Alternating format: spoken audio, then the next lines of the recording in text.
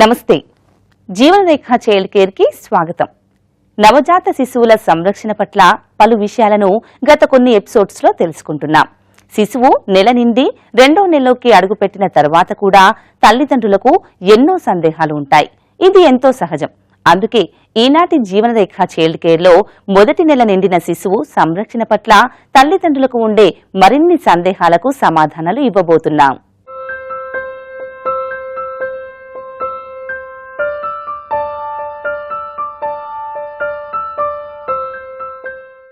పుట్టిన పసికందుని ఎత్తుకునేటప్పుడు కొంచెం తటపటాయిస్తారు చాలామంది.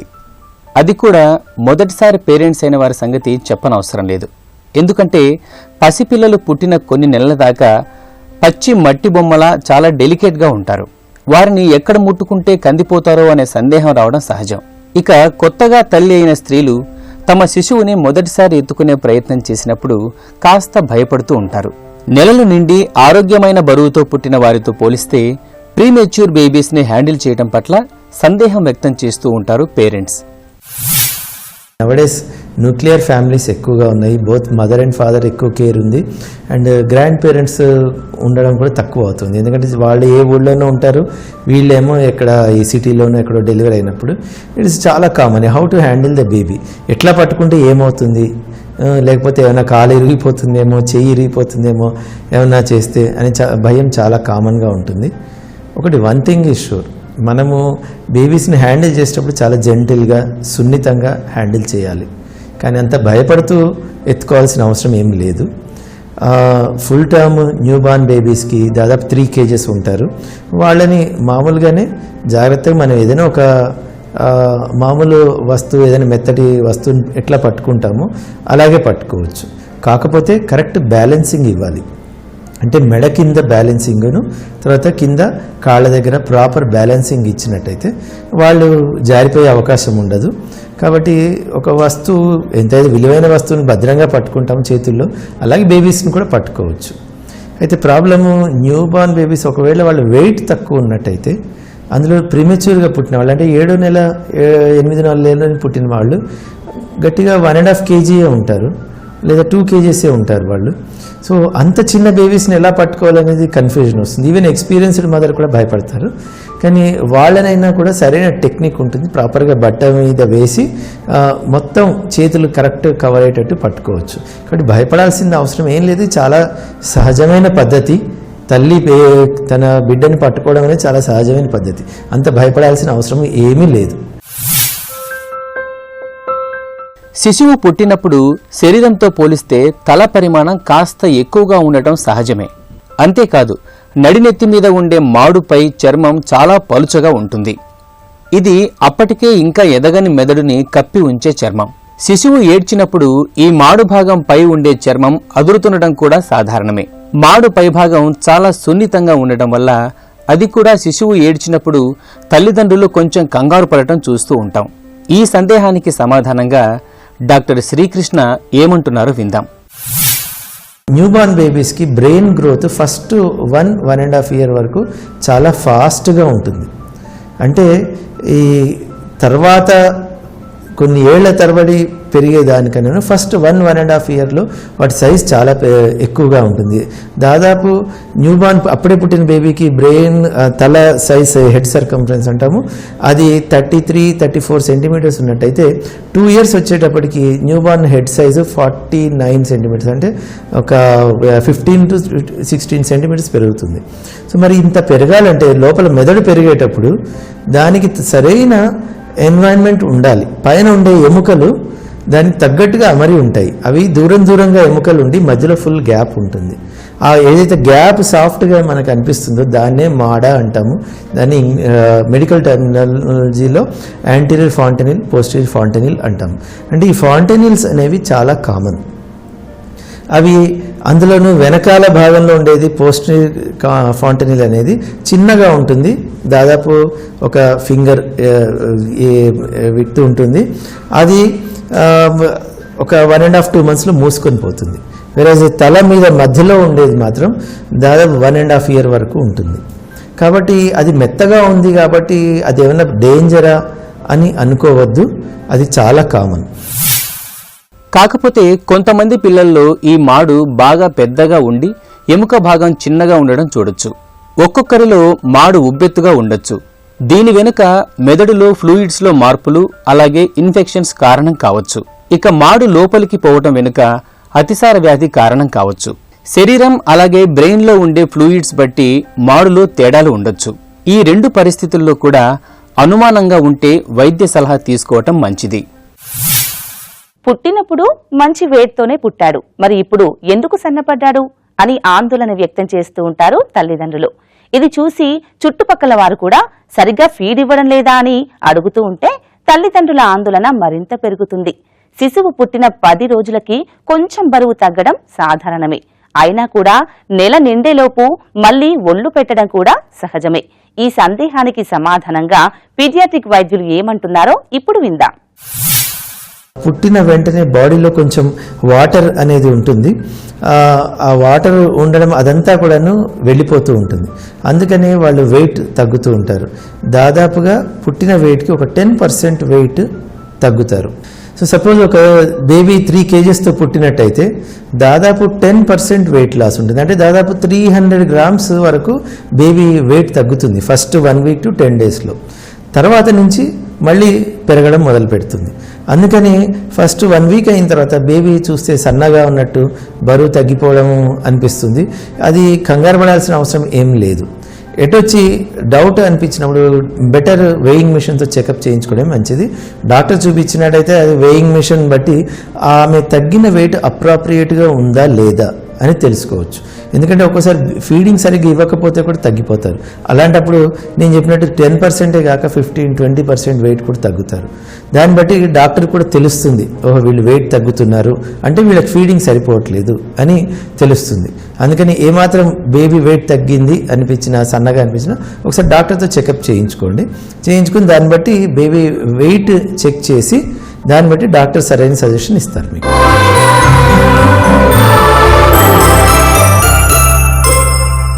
శిశువు పలుసార్లు వామిట్ చేయడం గురించి కూడా తల్లిదండ్రుల మనసులో పలు సందేహాలు వస్తూ ఉంటాయి. ఒక్కోసారి పాలు తాగగానే వామిట్ చేస్తుంటారు. మరి కొన్నిసార్లు బాగా ఏడ్చినప్పుడు కూడా వామిట్ చేస్తూ ఉండడం కూడా సాధారణమే. ఒక్క మాటలో చెప్పాలంటే వామిట్ చేయడం పిల్లలకి జన్మహక్కు లాంటిది. శిశువుకి పొట్ట నిండా పాలు ఇవ్వాలి అనే ఆలోచనతో స్త్రీ ఎప్పటికప్పుడు శిశువుకి ఫీడ్ ఇస్తూ ఉంటుంది. కానీ కొన్ని సందర్భాల్లో నవజాత శిశువులు పాలు తాగిన వెంటనే కక్కేస్తూ ఉంటారు. ఒక్కోసారి పాలు తాగిన తరువాత భుజాన వేసుకున్నాక కాస్త వామిట్ చేస్తారు. ఏడ్చినప్పుడు తాగిన పాలన్నీ కూడా కక్కేస్తే తల్లి మనసు ఎంతో బాధపడుతుంది. ఈ రకంగా అసలు శిశువుకి పోషణ అందుతుందా లేదా అనే సందేహం ఆమెలో వస్తుంది. పాలు తాగిన తర్వాత ప్రతిసారి ఇట్లా వామిట్ చేస్తూ ఉంటే సరిగ్గా వంట పడుతుందా లేదా, సరైన కడుపు నిండా పాలు వస్తున్నాయా లేదా అనే డౌట్ ప్రతి మదర్కి కూడా ఉంటుంది. అలాంటప్పుడు బెటర్ ఒకసారి డాక్టర్తో చెకప్ చేయించుకోవడమే. ఇక్కడ 2 రకాలు ఉంటాయి. ఒకటి రీగజిటేషన్ అంటాము. రీగజిటేషన్ అంటే పాలు ఫాస్ట్గా తాగి కొన్ని పాలు బయటికి తీయడం. అది చాలా నార్మల్ విషయం. దాదాపు 70-80% బేబీస్లో ఇది చూస్తూ ఉంటాం. దాదాపు అంటే కొంచెం పాలు బయటికి తీస్తూ ఉంటారు.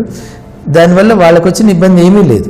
ఆ వామిట్ చేస్తారు, తర్వాత కొంచెం తుడిచేస్తాము అంతే. తర్వాత వాళ్ళు కంఫర్టబుల్గా పడుకుంటారు.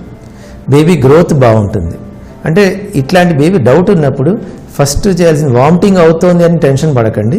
ముందు బేబీ గ్రోత్ ఎలా ఉంది, బేబీ యూరిన్ ఎన్నిసార్లు పాస్ చేస్తుంది, ఈ 2 అట్లా ఇంపార్టెంట్. దాంతోపాటు సరిగ్గా నిద్రపోతున్నదా లేదా. కడుపు నిండా పాలు తాగినట్టయితే బేబీ కంఫర్టబుల్గా నిద్రపోతుంది. అలాగే యూరిన్ 24 గంటల్లో కనీసం 6 నుంచి 8 సార్లు పోతూ ఉంటే శిశువుకి పాలు సరిగ్గా వంట పడుతున్నాయని అంచనా వేయొచ్చు. డైపర్ గనక శిశువుకి వేస్తూ ఉంటే యూరిన్ ఎన్ని మాటలు పోస్తున్నాడో కూడా తల్లి శ్రద్ధ వహించాలి. ఇక బేబీ ఎక్కువగా ఏడవడం లేదు, బాగానే నిద్రపోతోంది అంటే కూడా నార్మల్గానే పరిగణించాలి. ఒక్కోసారి బేబీ తాగినదంతా కూడా వామిట్ చేసి మళ్లీ ఏడవడం మొదలు పెడతారు. అలాగే తాగిన గంట లేదా 2 గంటలకి వామిట్ చేసి మళ్లీ ఆకలి వేసి ఏడుస్తూ ఉండడం కూడా అప్పుడే పుట్టిన శిశువుల్లో సహజమే. ఇంకొంతమంది శిశువుల్లో పాలు తాగిన తరువాత పొట్ట ఉబ్బినట్టుగా అయి పాలు వామిట్ చేస్తారు. ఇది ఒక ప్రత్యేక సర్జికల్ కండిషన్ కావచ్చు. పాలు తాగిన వెంటనే గంటన్నరకి పొట్టలో ఉబ్బి కదలికలు వచ్చేసి బయటకు వచ్చేస్తుంది. అదొక సర్జికల్ కండిషను, పైలోరిక్ స్టీనోసిస్ అంటాము. అంటే లోపల పేగు మూసుకుంటూ ఉంటున్నది. సో అది ఎప్పుడైతే అది మూసుకుంటూ ఉందో పాలు తాగినా కూడా ఒక గంట తర్వాత మొత్తం వామిట్ చేసేస్తారు. ముఖ్యంగా ఈ వామిటింగ్ అనేది ఈవెన్ దో రొటీన్, చాలామంది బేబీస్కి రొటీన్ అయినా కూడాను ఏదైతే రోగం ద్వారా, అంటే ఇది ఒక రోగ లక్షణం అయినట్టయితే ముఖ్యంగా వాళ్ళకి వెయిట్ గెయిన్ ఉండదు, అంటే బరువు పెరగరు. అది చాలా ముఖ్యమైనది. అందుకనే మేము ప్రతి నెల డాక్టర్ దగ్గరికి వెళ్ళినప్పుడు బరువు తప్పనిసరి చెక్ చేయించుకొని ముందుకి ఇప్పటికి ఎంత పెరిగారు అనేది చెక్ చేయించుకోవడం అనేది అందుకే చెప్తాము.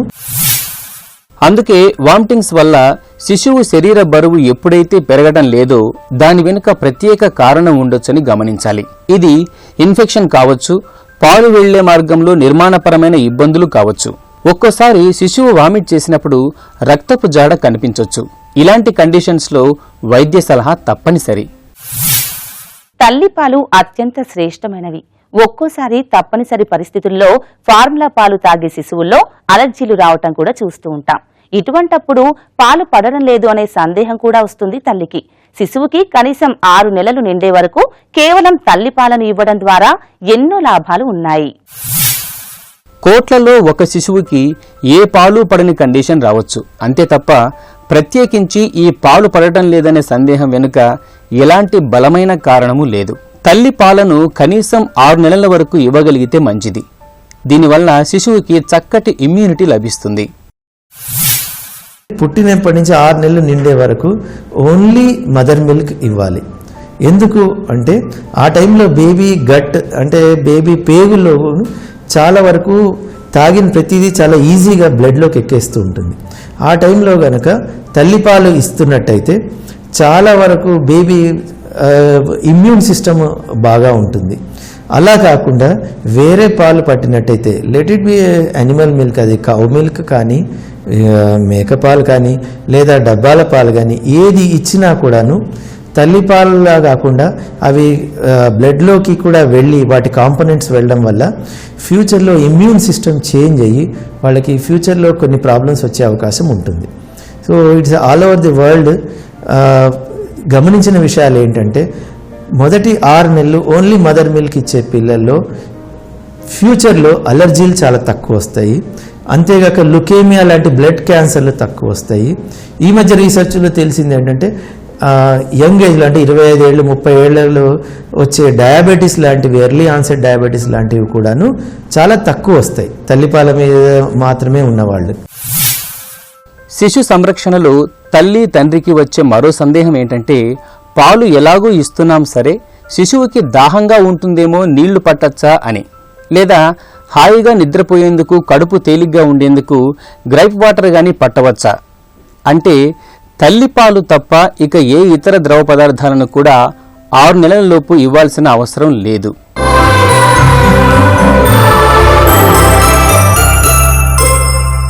శిశువు కోరినప్పుడల్లా కూడా తల్లి పాలు ఇవ్వాల్సి ఉంటుంది.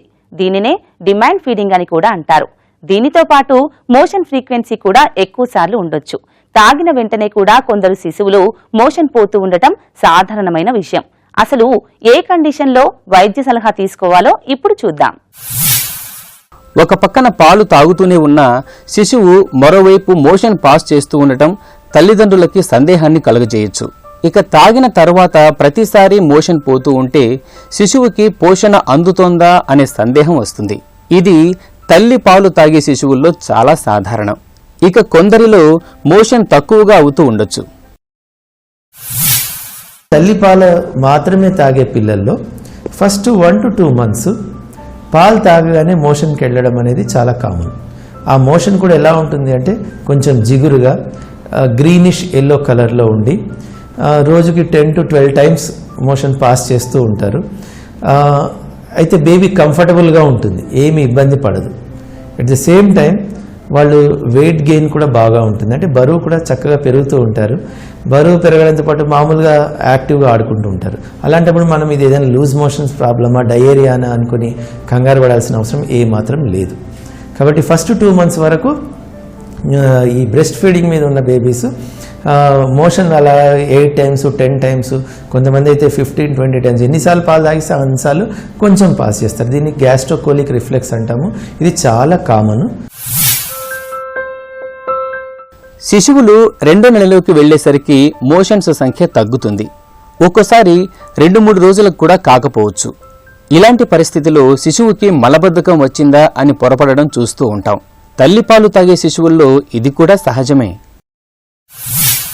మోషన్ సరిగ్గా లేదు కాబట్టి మోషన్ కావడానికి మందులు ఇవ్వాలా అని, ఇంకా కొన్ని రూరల్ ప్రాక్టీస్ అయితే ఆముదం లాంటివి కూడా తాగిస్తుంటారు.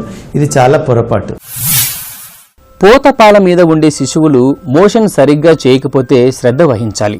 ఒక్కోసారి పాల ప్రిపరేషన్లో కూడా తేడా ఉండటం వల్ల శిశువుకి మరీ పలుచగా మోషన్ ఎక్కువ సార్లు వెడుతున్నా లేదా మలబద్ధకంగా ఉన్నా కూడా వైద్య సలహా తీసుకోవాల్సి ఉంటుంది. శిశువుల్లో మోషన్ సమస్యలు కొన్నైతే గ్యాస్ కూడా మరో సమస్య. అంతేకాదు బాగా స్పీడ్గా తన్నుకొచ్చినట్టుగా అయ్యే మోషన్ మరో సమస్య. ఇక్కడ కూడా ఒకే విషయం గుర్తుంచుకోవాలి. తల్లిపాల మీద ఉండే శిశువులు గ్యాస్ పాస్ చేస్తుంటే పెద్దగా ఆందోళన చెందాల్సిన అవసరం లేదు. అసలు శిశువుల్లో గ్యాస్ రావడం వెనుక కారణం ఏంటి, ఎప్పుడు సమస్యగా పరిగణించాలో ఇప్పుడు చూద్దాం. పాలు తాగేటప్పుడు వాళ్ళు పాలతో పాటు చాలా గాలి కూడా పొట్టలోకి వెళ్తుంది. ఆ గాలి వల్ల అది పైనుంచిను తేంపుల్లాగాను కింది నుంచి గ్యాస్ లాగాను వెళ్తూ ఉంటారు. సో ఇది చాలా కామన్ విషయము, కాబట్టి దీనికి కంగారు పడాల్సిన అవసరం ఏం లేదు. మరి ఇది లేకుండా ఎక్కువ ఏం చేయాలి అంటే ఒకటే పద్ధతి, పాలు తాగించిన ప్రతిసారి భుజం మీద వేసుకోవాలి. ఎక్కువసేపు భుజం మీద వేసుకుంటే వాళ్ళకి ఇబ్బంది కూడా ఉండదు. ఇక హైపోథైరాయిడ్ సమస్య ఉన్న శిశువుల్లో కాన్స్టిపేషన్ సమస్య ఉండొచ్చు. అంటే థైరాయిడ్ హార్మోన్ ఉండవలసిన మోతాదు కంటే తక్కువ అన్నమాట. అందుకే నెలలోపు శిశువులకి థైరాయిడ్ స్క్రీనింగ్ చేయడం ద్వారా ఆ కాన్స్టిపేషన్ వెనుక కారణాన్ని రూల్అవుట్ చేయొచ్చు. ఇక సర్జికల్ కారణాల వల్ల ఒక్కోసారి మల విసర్జన విషయంలో సమస్యలు రావచ్చు. ముఖ్యమైన విషయం ఏంటంటే థైరాయిడ్ ప్రాబ్లం. బేబీస్కి గనక హైపోథైరాయిడిజం అంటే థైరాయిడ్ హార్మోన్ తక్కువ ఉన్నట్టయితే వాళ్ళు కూడా కాన్స్టిపేషన్ వచ్చే అవకాశం ఉంటుంది. అందుకనే ఇవాళ రేపు బేబీస్కి ఫస్ట్ 1 monthలో పిల్లలకి థైరాయిడ్ కనుక ఈ ప్రాబ్లం కాన్స్టిపేషన్ కనుక ఉన్నట్టయితే థైరాయిడ్ చెకప్ కూడా చేయించమని సజెస్ట్ చేస్తాము. కాబట్టి లెస్ దెన్ 1 month బేబీస్కి మెడికల్గా చూసినట్టయితే ఇవన్నీ ఆలోచించాలి. సర్జికల్గా చూసినట్టయితే పేగులు ఒక్కొక్కసారి అవి మూసుకొని ఉంటాయి. పుట్టుకతో వచ్చేటప్పుడు అది చాలా పొడవైన 5 మీటర్ల పేగులు, అవి మొత్తం పైనుంచి కింది వరకు ఓపెన్ ఉండాలి. కానీ కొన్ని భాగాలు ఫుల్గా ఓపెన్ కాక సగం క్లోజ్ అయి ఉంటాయి. దాన్ని మేము స్టీనోసిస్ అంటాము. అండ్ అలా ఉన్నప్పుడు వాళ్ళకి ఏ భాగంలో పేగైనా కూడా మూసుకొని ఉంటే వాళ్ళకి మోషన్ సరిగ్గా రాదు. ఈనాటి జీవనరేఖ చైల్డ్ కేర్లో తెలుసుకున్న అంశాలను గుర్తు చేసుకుందాం. నెల నిండుతున్న శిశువుల సంరక్షణలో తల్లిదండ్రులకి పలు సందేహాలు వస్తూ ఉంటాయి. అందులో మొదటిది, ప్రీమెచ్యూర్ శిశువుల విషయంలో వారు బరువు తక్కువగా ఉండటం వల్ల శిశువుని హ్యాండిల్ చేయడంలో మరింత భయపడుతూ ఉంటారు. కానీ ఈ విషయంలో ఎలాంటి ఆందోళన చెందాల్సిన అవసరం లేదు. మెడ అలాగే వీపు కాళ్లకి ఆసరా ఇస్తూ జాగ్రత్తగా ఎత్తుకుంటే సరిపోతుంది. శిశువు మాడు చాలా పలుచగా ఉండటంతో పాటుగా ఏడ్చినప్పుడు కొట్టుకోవడం కూడా భయానికి గురి చేస్తుంది. శిశువు మెదడు ఇంకా వృద్ధి చెందే క్రమంలో ఉండటం వల్ల మాడు లోపల ఎముకలు ఇంకా పూర్తిగా అతుక్కోనందువల్ల కూడా జరుగుతుంది. ఇది కూడా వయస్సు పెరిగే కొద్దీ సర్దుకుంటుంది. ఒక్కోసారి మెదడులో ఫ్లూయిడ్స్ అలాగే ఇన్ఫెక్షన్ వల్ల మాడు ఉబ్బెత్తుగా ఉండొచ్చు. అంతేకాదు అతిసార వ్యాధి బారిన పడితే మాడు లోపలికి పోవచ్చు. తాగిన పాలు శిశువు బాగా కక్కుతున్నారనే సందేహం కూడా తల్లిదండ్రులు వెలిబుచ్చుతూ ఉంటారు. సరిగా నిద్రపోతూ రోజుకు 8 సార్ల వరకు మూత్రం పోస్తుంటే చింతించాల్సిన అవసరం లేదు. కొన్ని అరుదైన కేసుల్లో వాంతుల వెనుక సర్జికల్ కండిషన్స్ ఉండొచ్చు. తల్లిపాలు తాగే నవజాత శిశువులు మోషన్ ఎక్కువసార్లు పోవటం పట్ల కూడా సందేహాలు ఉండొచ్చు. ఇది కూడా సహజమే. కానీ ఎప్పుడైతే మోషన్లో రక్తపు జాడ ఏదైనా కనిపించినట్లయితే వైద్య సలహా తీసుకోవాలి. శిశువు సంరక్షణ పట్ల తల్లిదండ్రులకు అంతులేని సందేహాలు వస్తూనే ఉంటాయి. అలాగని ప్రతి చిన్న విషయానికి చింతించాల్సిన అవసరం లేదు. జీవనరేఖ చైల్డ్ కేర్ కార్యక్రమం ద్వారా మేము అందిస్తున్న వివరాలు మీలో చక్కని అవగాహన తీసుకొస్తాయని ఆశిస్తున్నాం. మరో అంశంతో మళ్లీ మీ ముందుంటుంది మీ జీవనరేఖ చైల్డ్ కేర్. అంతవరకు సెలవు. నమస్కారం. జీవనరేఖ చైల్డ్ కేర్ కార్యక్రమాన్ని మీరు www.youtube.com/ETV Life Indiaలో చూడొచ్చు మరియు www.facebook.com/ETV Life India అలాగే www.twitter.com/ETV Life Indiaలో ఫాలో చేయొచ్చు.